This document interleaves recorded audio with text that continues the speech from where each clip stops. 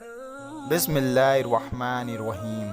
अस्सलामुअलैकुम। मेरा नाम मोहम्मद फ़रहान है और मैं आप लोगों के सामने क़ससुल अंबिया से एक वाक़या पेश करने आया हूँ। हज़रत आदम अलैहिस्सलाम की पैदाइश। उन रिवायत करने वालों ने जिन पर भरोसा किया जा सकता है, रिवायत किया है कि जब अल्लाह का इरादा हज़रत आदम अलैहिस्सलाम को खलीफा बनाने का हुआ, तब हज़रत इज़राइल को हुक्म हुआ कि ज़मीन से हर किस्म की यानी लाल, सफ़ेद और काली मिट्टी एक मुट्ठी लाए। इज़राइल एक मुट्ठी रंग बिरंगी मिट्टी ज़मीन पर से जमा करके उठा लाए और अल्लाह के हुक्म के मुताबिक लाइफ और मक्का के दरमियान में रख दी। अल्लाह ने उस मिट्टी पर अपनी रहमत की बारिश की और अपने कुदरत से हज़रत आदम अलैहिस्सलाम का पुतला उसी मिट्टी के खमीर से बनाया। 40 वर्ष तक वह पुतला बेज़बान वहाँ पड़ा रहा। फिर अल्लाह ने चाहा कि हज़रत आदम अलैहिस्सलाम के इकबाल का सितारा रोशन हो और उनकी औलाद का रुतबा व दर्जा पूरी कायनात की मखलूक पर ज़ाहिर हो, तो उसने रूह पाक को हुक्म किया कि आदम के पुतले में दाखिल हो। उस वक्त नर्म व नाजुक रूह ने मिट्टी के पुतले में दाखिल होने से इनकार कर दिया। परवरदिगार ने रूह को दोबारा हुक्म दिया कि ए जान, इस बदन में दाखिल हो।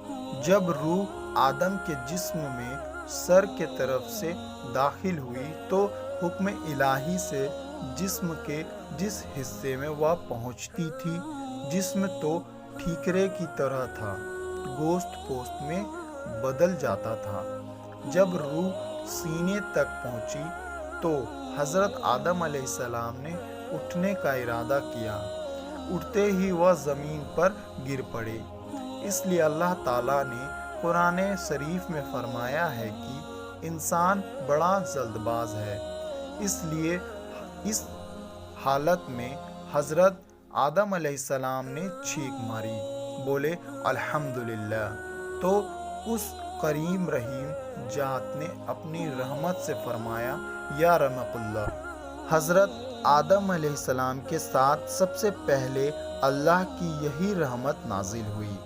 इसके बाद एक फ़रिश्ता अल्लाह के हुक्म से जन्नत से सजा सजाया जोड़ा लाया, उन्हें पहनाया और इज्जत व अज़मत बढ़ाई पर बिठाया।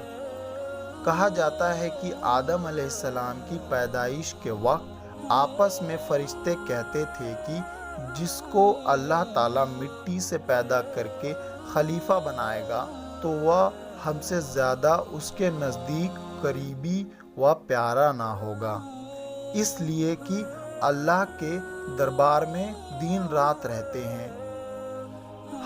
हमारे पास इस खलीफा से कई ज़्यादा इल्म है, इसलिए हम उससे बड़े हुए।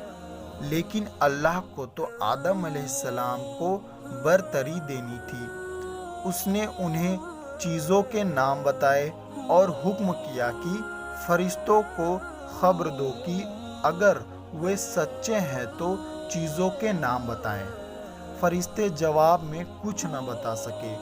अपनी गलती मानकर बोले, ऐ अल्लाह, तू तो पाक है, हमारे पास तो तेरा ही दिया हुआ और सिखाया इल्म है, इसके अलावा कुछ भी नहीं है। तब अल्लाह ताला ने हज़रत आदम अलैहिस्सलाम से कहा कि तुम चीज़ों के नाम बताओ। अल्लाह के बताए हुए इल्म के मुताबिक हज़रत आदम ने नाम बताए। इस तरह अल्लाह ताला ने हज़रत आदम की फ़रिश्तों के मुकाबले में ज़्यादा इज़्ज़त व बुज़ुर्गी बख्शी। फिर अल्लाह ने फ़रिश्तों को आदम के चारों तरफ लाइन में आदम के साथ खड़े थे, हुक्म दिया कि आदम को सजदा करो। अल्लाह का हुक्म पाकर फ़रिश्ते ने बिना कुछ सुने हज़रत आदम को सजदा किया, मगर इब्लीस ने ऐसा करने से इनकार कर दिया। लानत हो उस पर, बोला میں آدم سے بہتر ہوں، اس لیے کہ تو نے مجھے آنکھ سے پیدا کیا ہے اور آدم کو مٹی ہی سے پیدا کیا ہے۔ یہ اللہ کے حکم کے نافرمانی تھی۔ اللہ نے اسے اپنے دربار سے نکال دیا اور ہمیشہ کے لیے اس پر لعنت ڈال دی۔